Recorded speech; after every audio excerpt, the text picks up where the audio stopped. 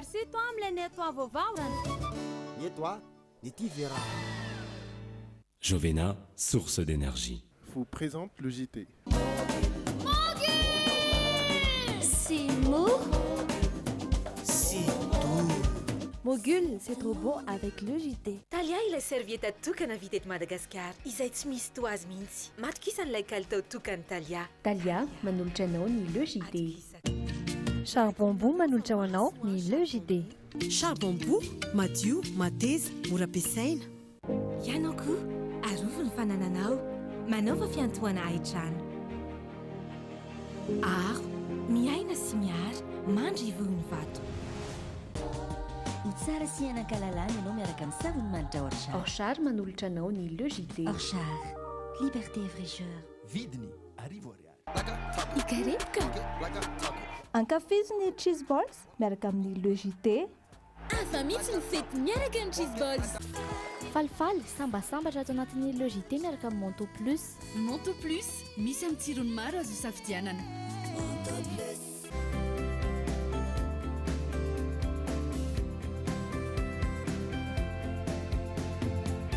Sanifère, le meilleur. Miaraka amin'ny Softex, milamina be za, tsisy olana mihitsy. Softex, pour nous, est tellement nous. Ma safidiko numéro 1 malagasy manolotra ho anao.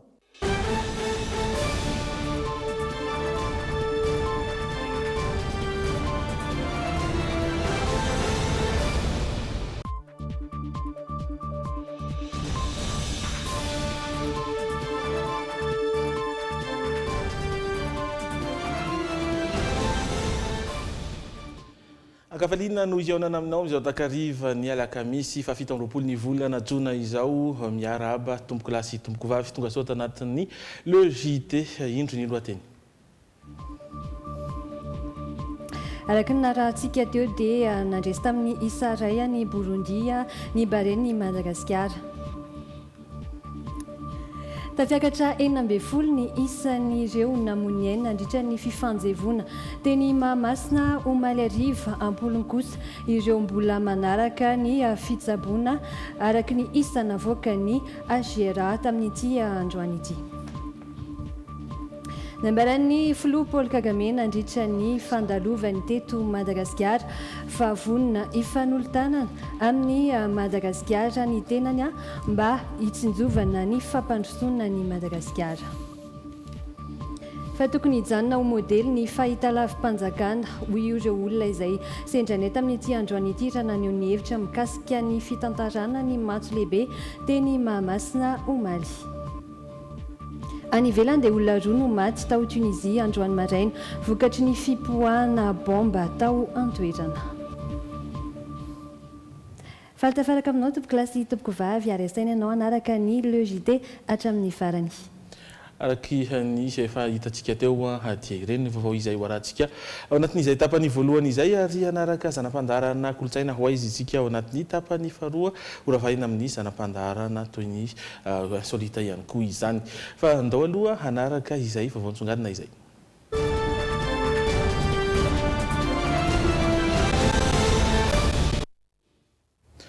Araky nefa namaratantsika teo ary nahitantsika izay naharaka izay dia isa ray no tsy misy no nandresen'ny ekipa pirenena malagasy ny bare ny Madagasikara izany ny ireo hirondelle fa ny Burundi lalao tao anatin'ny fanitsanana ao anatin'izay CAN 2024 izay ao amin'ny vondrona be hoarantsika eto hatrany ny andindiny sy ny sary mikasika izay fandeha aloha hijery ny vaovao afa tahaka ny fanarahantsika ny toyiny sy ny ireo vaovao mikasika ny ireo fifanosehana ny tranga teny Mahamasina omaly.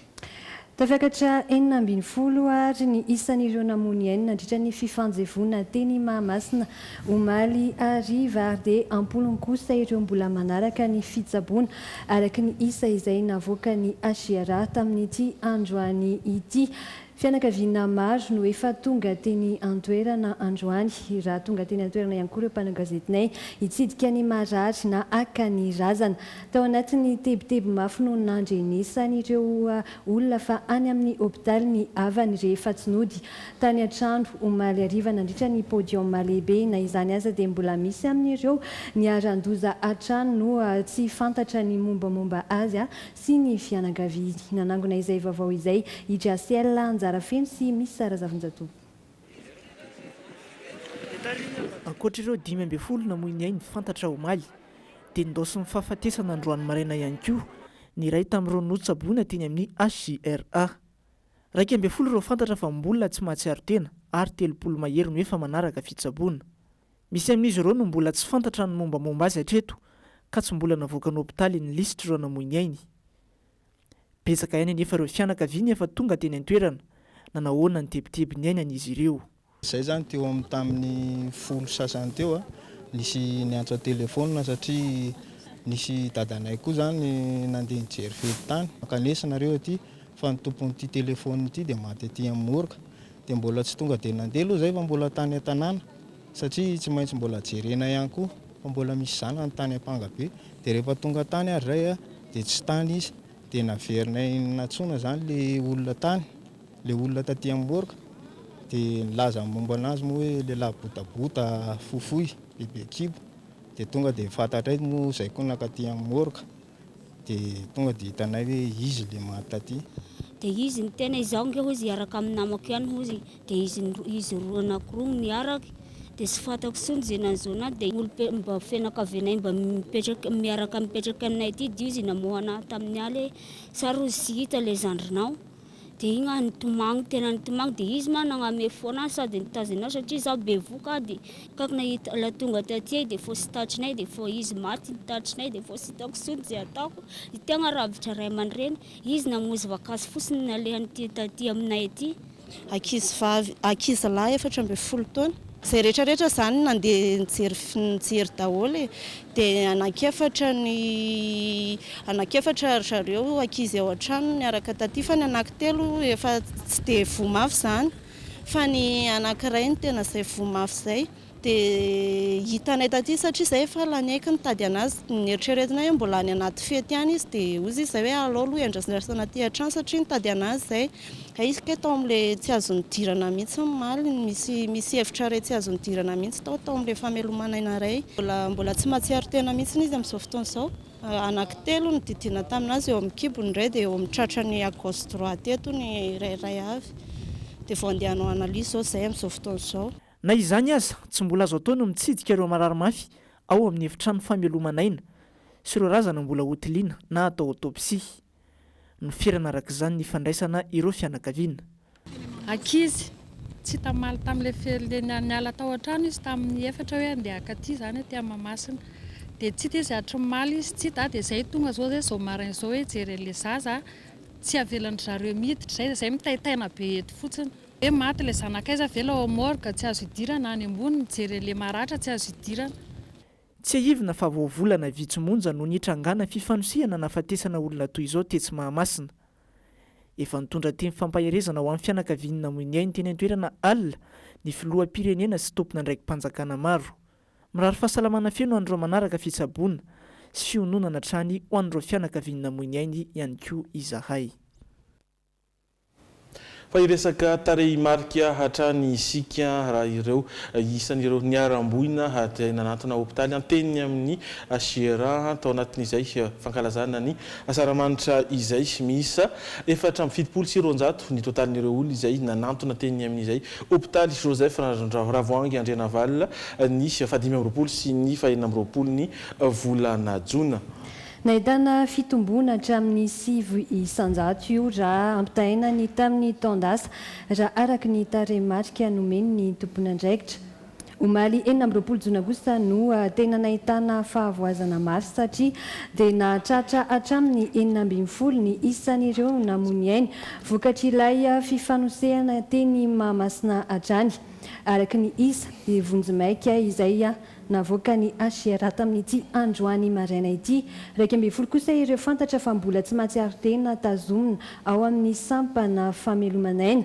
zato ireo naratra mafy izay efa misy nalefa namonjy fodiana ka ny 870 amin'ireo no mbola manaraka fitsaboana eny an-toerana misa 10 kosa no miatrika ny fandidiana 3 no efa vita somajara misy 3 kosa ireo namony tena araka ny salanisatrany nisy kosa tamin'ireo olona tonga teny amin'ny hopitaly no fantatra fa tratry ny aretina vokatry ny fihinanana sakafo tsy ara-dalàna sy tsy ara-pahasalamana saingy tsy dia nanano-sarotra loatra ny nitsabo izany mitotaly 330 kosa ireo tsaboana vokatry ny loza mpifamoivoizana ny 5 sy ny 4 jona lasa teo marina fa ny fitondram-panjakana no miantoka manontolo ny fitsaboana ireo marary izay tao anatin'ny fetiny fahaleovantena.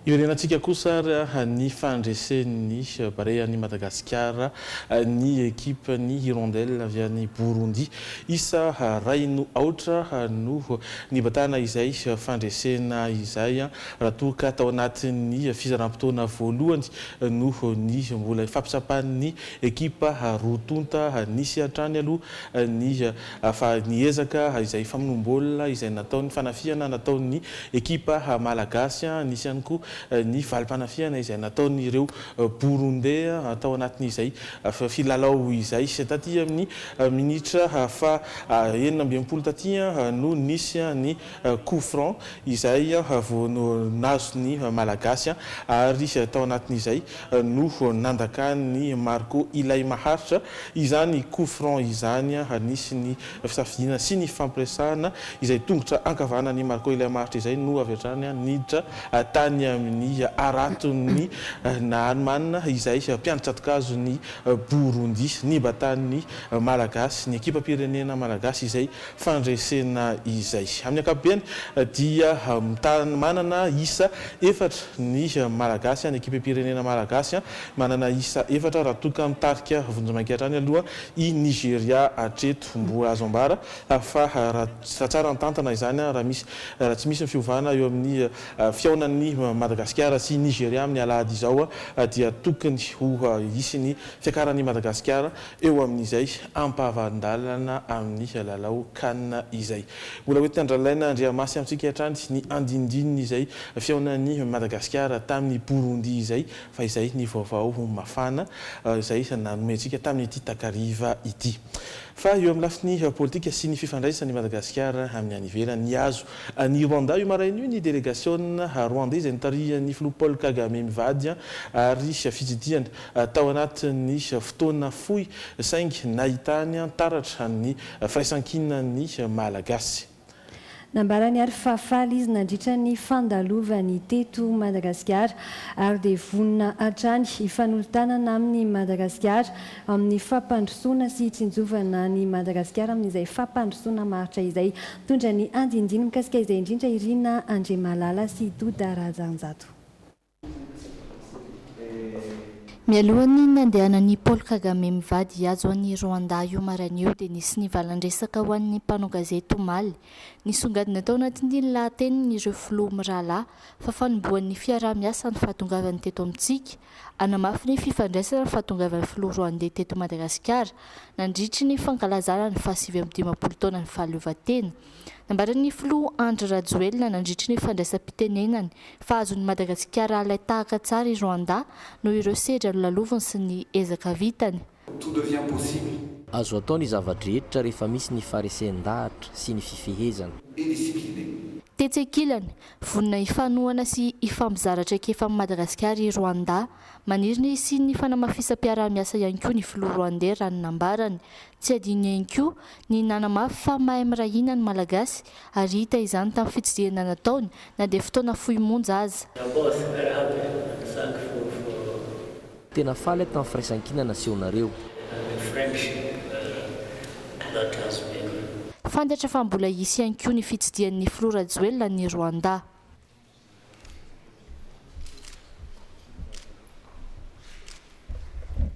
Raha iverenantsika kosa ny fankalazana ny fetim-pirenena teny Mahamasina omaly izany hoe ny 29 ny volana Jona dia tsy nisy tonga nanatrika ny fankalazana izany fety ny fahaleovantena omaly izany ireo filoha 3 mirahalahy. tsy azo adika ho ambadika politika izany noho izy ireo nanotrina ny fianiana ny filoha amperinasa nisy kosa nefa ny tsy litsofina famarary any ivelany ny vadiny amiraly Ratsiraka Antony izay tsy nahatazana ny tenany omaly teny Mahamasina. Ndahoarana ny andindiny mikasika izay eo amin'ny Rina Andriamalala sy Doda Rajanjato. Nanaitra ny mason'ny mpijery matso rehetra omaly ny tsy fahatazanana ny filoha teo aloha.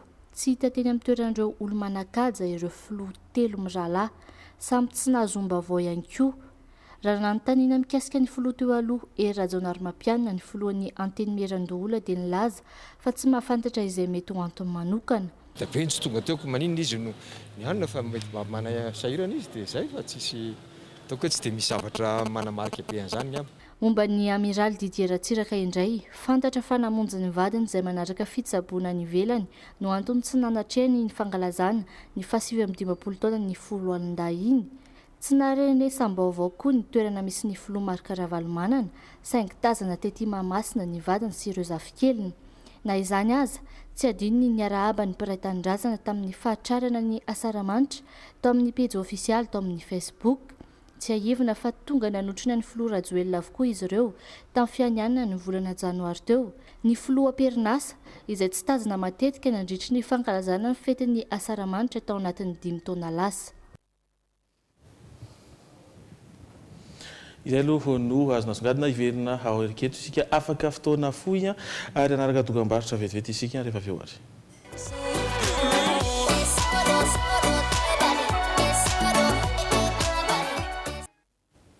Mitoy ny logité ary renay avy aty amin'ny 2 minatra aty mihitsy ny akon'ny afaliany ponina raha eto Antananarivo fotsiny aloha amin'izay fandresen'ny parean'i Madagasikara rainy ohatra ny ekipany Burundi izay tao anatin'ny kanina 2024 maneno ny Anjomara, ny Hika, ny Kiririoka dia manerana ny lalana dia maneo izay afaliany izay avokoa ny Malagasy miray ompo ao anatin'ny miray fo ao anatin'izay fandresena izay.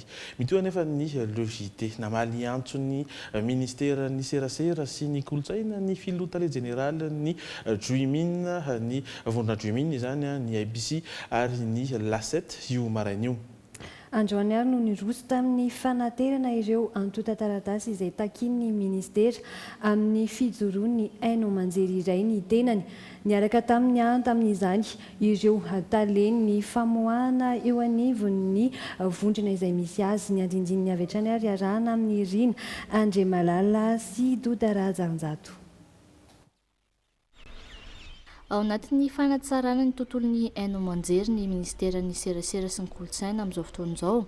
Takin'izy ireo amin'ny tompona fahitalavitra sy onjam-peo. Ny fanambarana ny antota taratasy maharadalàna ny fahitalavitra sy onjam-peo tsirairay mialohan'ny 10 ny volana Jolay.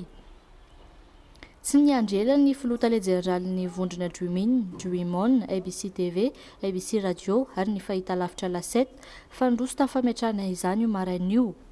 Tsy ny antota taratasin'ireo vondrona eto an-drenivohitra ihany no nitaterana teto fa hatramin'ireo ratsa mangaika any amin'ny faritra rehetra. Nafinaritra ny fanakalozan-kevitra ary dia noraisany ministera avokoa zany ny antota taratasy mikasika ny Juimin télévision ny licence sy ny extension, ny Juimin radio ny licence sy ny extension misy volet 1 volet 2 reny, ny ABC télévision licence miaraka amin'ny extension, ABC FM 90 licence miaraka amin'ny extension, dia ny La7 licence eto Antananarivo. Nentina tetỳ anivon'ny sampandraramisana ny fandrindrana ny haino aman-jery ny pirofo rehetra maharadalàna ny vondrona. Tsy nisy ny olana fa voapetraka avokoa ny pirofo ny amin'ny fahazondalana mitrandraka eo amin'ny tontolon'ny serasera. Ny vondrona izay anisan'ny tsara toerana eto Madagasikara raha haino aman-jery tsy miankina no asiteny. Vita soma tsara avokoa moa reny ka izay dia ao anatin'ny manaradalàna ary mbola ao anatin'ny fipetra tsara no nanateranay ny antota taratasy ety anivon'ny ministera mikasika ny ireo orinasa haino aman-jery ireo satria moa ny tompony no nolazaina hoe manatitra ny antota taratasy dia tonga tety izay nanao an'izay androany. Mahery ny 500 ny haino aman-jery voasoratra anarana eto Madagasikara ary itakina antota taratasy fisokafana sy fampitana ara-dalàna avokoa izy ireo. Amin'izay tontolo ny serasera izay hatrany nilaza ho nandray fepetra entitra ny ministera ny serasera sy ny kolotsaina mikasika ny fitantarana mivantana ny matso teny Mahamasina omaly. Nitondra ny fijeriny ary ireo mpanaraka mivantana tany an-tokantrano ho azy ireo dia tokony hipetraka ho modely ny fahitalavim-panjakana iray. Ndao arahana ny andindin'izay miaraka amin'ny Rina Andriamalala sy Kasambola manana. Niteraka fanafitohinana ho an'ny malagasy maro ny fiteny navoakan'ny mpitantara mivantana ny matso tamin'ny fahitalavim-pirenena omaly. Mila fifantohana sy fahamatorana ny asa fanaovana gazety hoy ireo sendranay. Mila vaovao marina, tenenana tsotra, vaovao marina, zava-misy ny tena tenenina fa tsy hoe zavatra foronina na kopakambava, zavatra tenenina mamoriporina zany. Tele no mijery matso omaly, matotra aloha zany ny mpanao gazety, tokony matotra satria mpanao gazety mampita anina amin'ny olona zany. Dia tokony mba ho matotra ny mpanao gazety. Tsy niandry ela, ora vitsy taorian'ireo fanehoan-kevitra maro be tamin'ny tambazotra-pifandraisana namoaka fanambarana ny ministera PIA. Voalaza ao anatin'izany fa manameloko ny fanavakavahambolon-koditra nataon'ny mpanao gazety izy ireo ary mandray fanapahan-kevitra ka noroso tamin'ny fanasaziana ny tompon'antoka. Tsy azo hodivirana nefa ny fitoriana nataon'ny ministeran'ny serasera sy ny kolotsaina tamina Aino Manjery nampangaina ho nanao tandrevaka ihany koa. Manatena fandraisana andraikitra entitra ireo mpanara-baovao. Ohatra manao fitantara tsy mety. Ya. Tsy nety izy fa tsy za olona zao avy any Talaza hoe tonga taty. Hijaha matso fotsiny nataoko. Ya, zay zao nahita izy fa tsy mety. Tamin'ity indray mitoraka ity dia ny fahitalavitra manenika ny Madagasikara no naneho fanafitohinana ho an'ny olona maro. Fahitalavitra izay tokony haneho modely sy fampianarana ho an'ny malagasy. Andrasana izay fepetra raisin'ny ministera manoloana ny raharaha. Hojeren'ny mpanara-baovao maro ny fahasahiana mampitovy lanja ny fahitalavitra miankina sy tsy miankina amin'ny fanjakana. Ny fahitalavitra tsy miankina izay anisan'ny arahiny mahasoa akaiky ao anatin'izao fitondrana izao. Ijery ny lafiny fifidianana indray sika satria manoloan'ireo tsy fitezana nisy nandritra ny fifidianana filoham-pirenena farany teo dia nandray fanapahan-kevitra ho amin'ny fanitsina izany ny teo anivo miaram-pirenena maly eo tena mikasika sy misahana ny fifidianana na ny seni izany. Isan'izany ary ny mahakasika ny lisym-pifidianana isy ireo mpikambany birao izay fandatsaham-bato tsy manara-dalàna na ny andany tamina kandida iray. Raha ny nambaran'ny filoha lefitry ny seni tamin'ny Andrilalaina Andriamasy sy Kasambola manana izay nanao ny fanadiadiana. Nampimenomenona ny maro ny lisym-pifidianana tamin'ny fifidianana somavoaka farany teo. Reny seni izany ka natonga azy ireo nanao fanadiadiana fotony. Hitan'ny seni izany ny lesoka sy antony natonga izany dia nivokatra ny fanesona ro anarina miveriny indroa teny nivon'ny distrikt sy nanerana Madagasikara. Teo ihany koa ny findramonina na afaka hananto taratasy teny nivon'ny fokotany ka natonga ilay olona soratra tara amin'ny fokotany io. Ary ny famorona biro fandatsambato vaovao rehefa taforitra ny 700 izany. Nahatonga tsy fitoviana teo amin'ny lisym-pifidianana ny taona 2014 izay nanaovana fifidianana filoham-pirenena. Tamin'ny lisym-pifidianana ny taona 2014 nantanterahana fifidianana somavoaka farany teo izany. Ho avoakan'ny senia ny lisym-pifidianana tamin'ny taona 2014 nanatotosana ny fifidianana filoham-pirenena. Ho avoakan'ny senia ny lisym-pifidianana tamin'ny taona 2014 nanatotosantsika ny fifidianana solom-bava-bahoaka.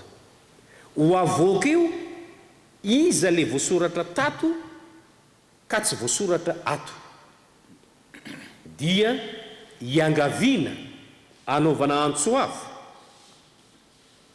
ny mpifidy rehetra tsy ny mpifidy vaovao fa ny mpifidy rehetra izay voasoratra anarana tamin'ny fifidianana filoham-pirenena ka tratra n'ireo tranga ireo tsy hita tato anatin'ity lisym-pifidianana solom-bava-bahoaka ity tonga eny anivon'ny fokotany anamarina ny anarany ary manome toky ny senia fa ho averina amin'izay eritreretiny fa tena misy azy ny anarany. No maria filohefitra ny seni ihany koa fa nanaovana fanadihadiana ireo mpandatsambato na raisana fitarainana ka andraisana fepetra ara-tokotana ara-panjakana sy fepetra arisazy ara-pitsarana ireo mpikamba birao fandatsambato nandika lalàna na ny andany tamina kandida. Efa misy amin'izy ireny no any am-ponja amin'izao fotoana.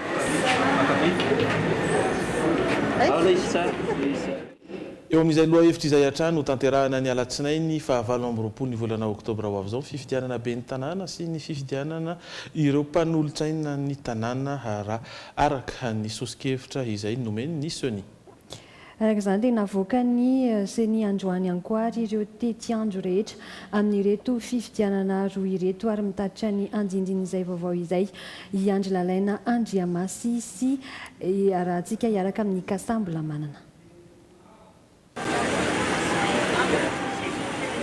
Raha araka ny sosikevitry ny voameram-pirenena maloha tena misahana amin'ny fifidianana ho valin'ny fangatany gouvernemanta dia ho tanterahana latsinainy 20 oktobra ho avy izao ny fifidianana izay ho ben'ny tanàna sy fifidianana ireo mpanolotsainy tanàna amin'ireo kominina misy 590 manerana ny nosy.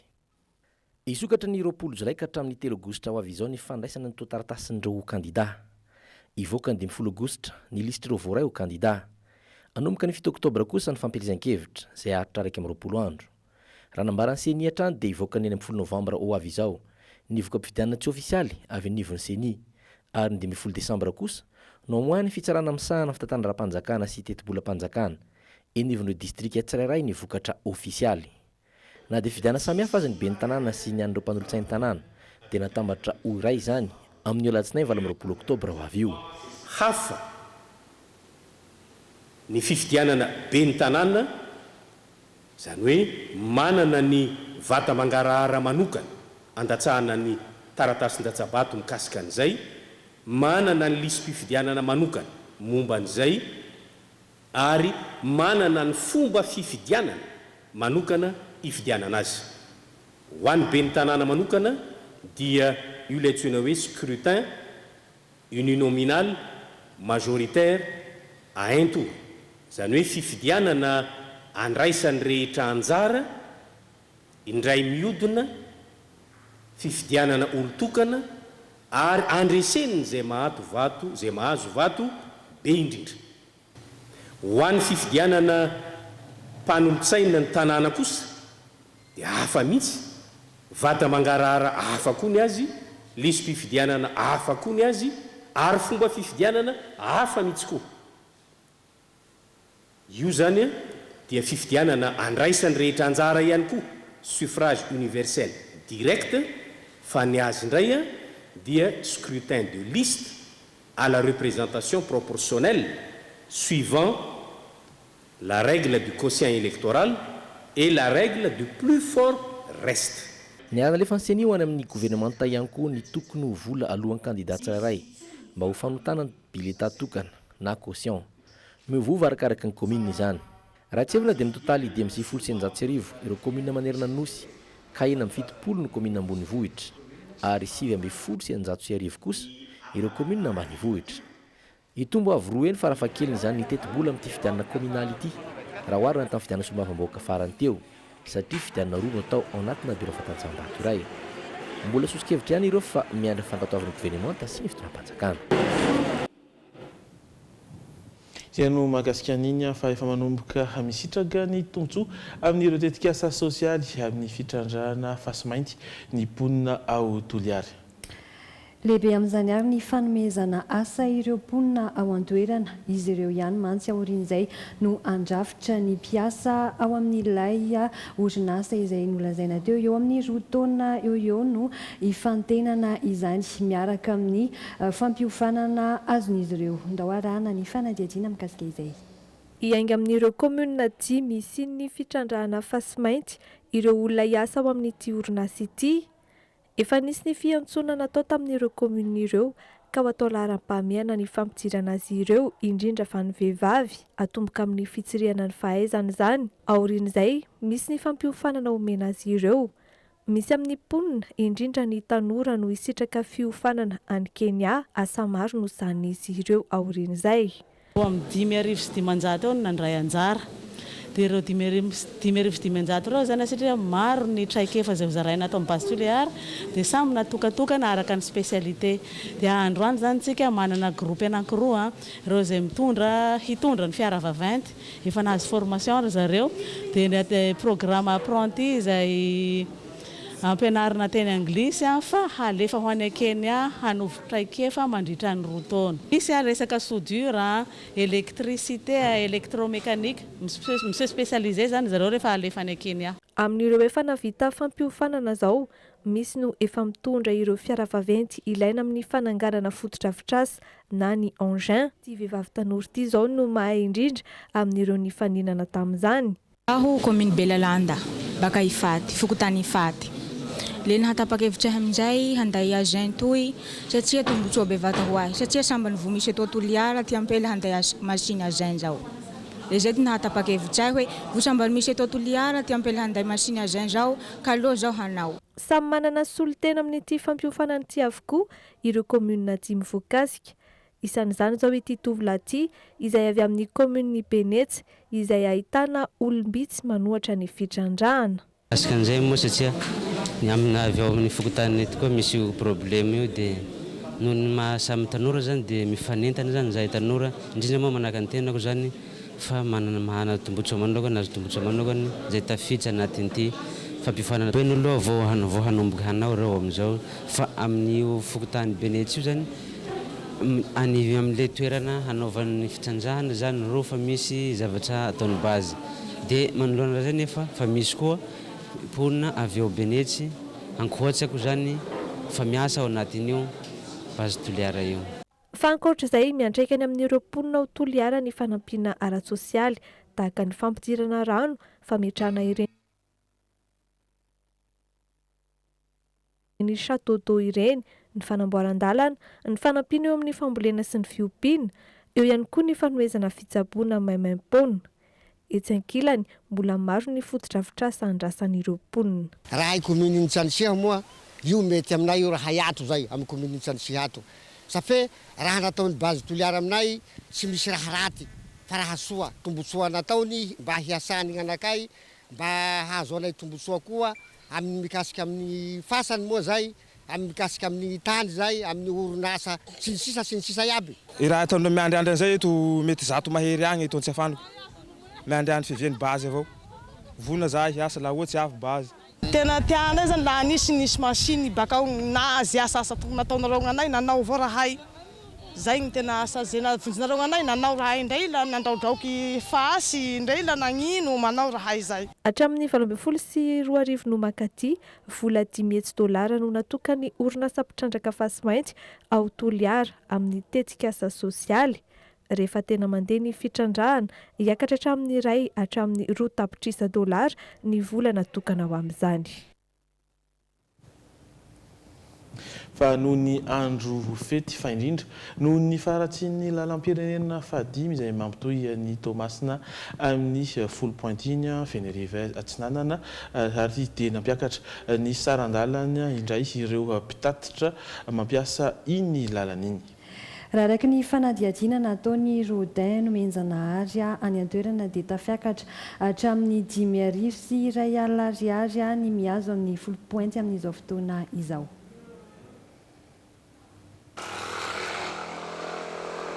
Vakitarainy ireo mpampiasa ny lalam-pirenena fahadimy iny no ny asetrin'ireo mpamily izay manararoatra ny andro fety hampakarana ny sarandalana. Raha ny fanazavana nomen'ireo mpandeha mantsy tafiakatra hatramin'ny $2,000 ny sarandalana mampitohy an'ny Toamasina sy Fenoriva Atsinanana raha toka $1 izany ary $5,000 sy $1,000 kosa ho an'ny 10 pointy. Marindrany fety dia asondrodrary frais. Na maromaro olo dia fa misondro frais. Passage asondrodrary frais. Je le amin'ny ara-dalàna reo zany fa asondrodrary. Ary panera zany tena tsy panera fa chauffeur. Fa tsy fantako hoe ataony zala hotrina frais nefa miakatra olo chauffeur mihitsy témoin azy teo miakatra olo frais ozy.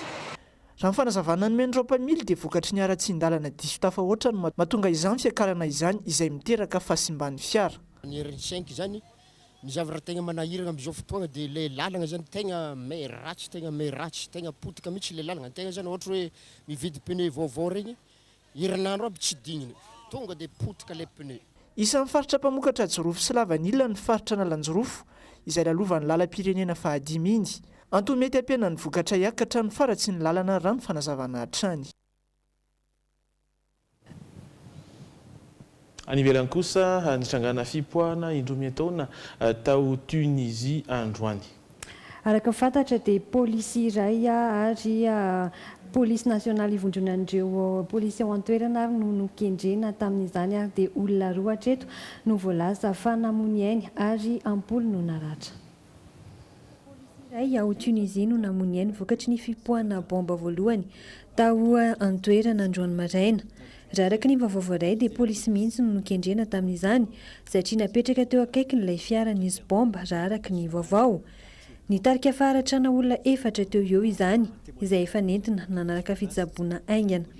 Ora maro taty aoriana tao Tunisiany saingy ireo polisy mpiambina nasionaly indray no nisy nikendry. Polisy iray hafa araka izany no namony ainy ary 5 teo eo no naratra. Izy ireo izay olon-tsotra avokoa mandeha ny fanadihatiana amin'izao fotoana hitadiavana izay ao ambadika izao fanafiana izao. Tsy mbola nisy vaovao iray hatreto. Any ivelan'ny atrano dia hanomboka rahampitso ny fivorian'ny G20 ireo firenena matanjaka ara-toe-karena indrindra maneran-tany ao Japon ary no anatanterahana izany amin'ity taona ity. Efa saika tonga any an-toerana avokoa ary ireo filoham-panjakana sy tompon'andraikitra manokana avy amin'ireo firenena mpikambana ao anatin'io G20 io. Lohahevitra maromaro izay miteraka resabe amin'izao fotoana izao no isan'ny hodiniana amin'izany toy ny fanolanana misy eo amin'ny Iran sy États-Unis eo ihany koa ny ady ara-ekonomika eo amin'ny Chine sy États-Unis. Niona tamin'ny Prime-ministra Japonais, ny filoha filakevitra Europeanina sy ny filohan'ny Komisiona Europeanina androany. Nandritra izay fionana izay no nanambara ity farany fa ho goavana sy ho sarotra ity fionan'ny G20 ao Japon ity. Ireto avy ireo teboka lehibe tsy maintsy hodiniana amin'izany: ny fiovaovan'ny toetry ny andro, ny ady ara-barotra amin'ireo firenena lehibe toa ny Chine sy États-Unis ary ny fifanolana eo amin'ity farany sy Iran. Anio ihany koa no nigadina tao Japon, ny filoha Sinoa, ny filoham-pirenena Breziliana, ny filoha Turka ary ny Prime-ministra Indiana. Araka ny fantatra kosa dia amin'ny sabotsy ho avy izao no iona i Xi Jinping sy Donald Trump. Ho resahana amin'izay ny fifanolanan ara-ekonomika misy eo amin'ny firenena rotonda. Hodiniana manokana ihany koa ny toetra rà mampifanolana ny fanjakana Amerikana sy ny fanjakana Iraniana. Nanantrantitra ny mahazava-dehibe ny resaka nokleary kosa ny filoha Frantsay Emmanuel Macron raha naneho ny heviny mikasika izany teo amin'ny mpatongavana tao Japon. Tsy aivina fa aritra 2 andro ity fivoriana ireo firenena matanjaka ara-toe-karena maneran-tany izay tanterahana ao Japon ireo. Ampatsahivina aminao ireo vaovao izay nitsongadina tamin'ity androany ity voalohany amin'izany ny fandresen'ny ekipa-pirenena malagasy ny barean'i Madagasikara tamin'ny lalaon'ny fanandrinany tamin'ny Burundi io taolakandro any io arivo ihany koa isa ray no aotra baolina izay nampidiriny laharana fahenina Marco ilay maharitra tandritra ny coup franc iray no nazona izany isa tokana tao anatin'ny lalao izany nefa isa manandanja satria nahazahoana ny isa 3 ho an'ny barean'i Madagasikara ahafahan'izy ireo mahazo sy mipetraka eo amin'ny laharana vonjimaika faharoa aorian'ny Nigeria. Baolina izany hoe isa 4 no an'ny Madagasikara amin'izao raha toka isa 4 no an'ny Nigeria. Ny lalao amin'ny alahady izao izay ifandonan'ny Madagasikara sy Nigeria no hamaritra izay anjara sy dian'ny barean'i Madagasikara izay. Tao anatin'izay koa fa tsy aivina fa tafiakatra 12 ny isan'ireo namony ainy nandritra ny fifanjevona teny Mahamasina omaly ariva ampolony ireo mbola manaraka fitsaboana araka ny isa izay navoaka ny HCR ny maraina teo. Nambaran'ny filoha Paul Kagame nandritra ny fitandalovany teto Madagasikara kosa fa vonina ifanolotanana amin'ny Madagasikara ny tenany mba itsinjovana ny fampandrosoana izay atao amin'ny Madagasikara. Tokony hijanona ho modely kosa ny fahitalavitra mpanjakana ho ireo olona androany raha naneho hevitra mikasika ny fitantarana ny matso teny Mahamasina omaly. ireto indray kosary no miandrantsika ao anatin'ny tapany faharoa izay omenanao ireo fandaharam-potoana samihafa izay iseho amin'ny farany herinandro iny isan'izany ny Egio Show sy ny fampisehoana iarahana amin'ny tovitray eny amin'ny plaza Ampefilo. Ao anatin'ny afakely anarahanao kalesy izay niseho teny fomba fankalazana ny fetim-pirenena tao amin'ny alakamisy feno arivo izay feno kalesy tena amin'ny sisin'ny arabe tany an-toerana ny 5 sy ny 4 jona lasa teo. Irendray zany no miandry anao anatin'ny tapany faharoa izay anasananao tsy saraka aminay hatrany.